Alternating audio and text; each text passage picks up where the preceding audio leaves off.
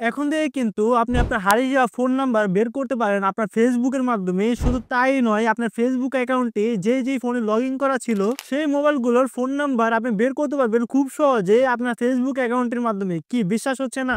আজকের এই ভিডিওতে এই প্রসেসটাই দেখিয়ে দিব। তো মূল ভিডিওতে যাওয়ার আগে আপনি যদি এখন আমাদের এই ছোট্ট পরিবারের সদস্য না হয়ে থাকেন তাহলে please subscribe this channel and like this video, আর কমেন্টের মাধ্যমে কিন্তু জানিয়ে দিবেন ভিডিওটি কেমন লেগেছে। So let's get started.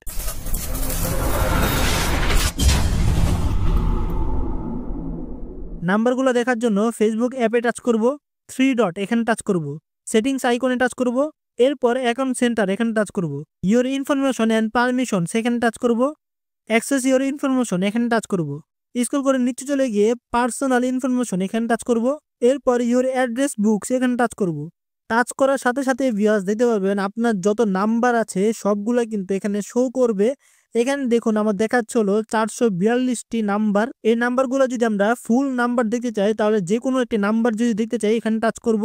Touch করার সাথে সাথে কিন্তু সেই নাম্বারটা কিন্তু আমরা দেখতে পারবো, পুরো ডিটেলস নাম্বারটা কিন্তু দেখতে পারবো। আর যদি বেগে চলে যাই তাহলে নাম্বারের যে লাস্টের ডিজিটটা আছে সেটা কিন্তু এখানে আমরা দেখতে পারবো।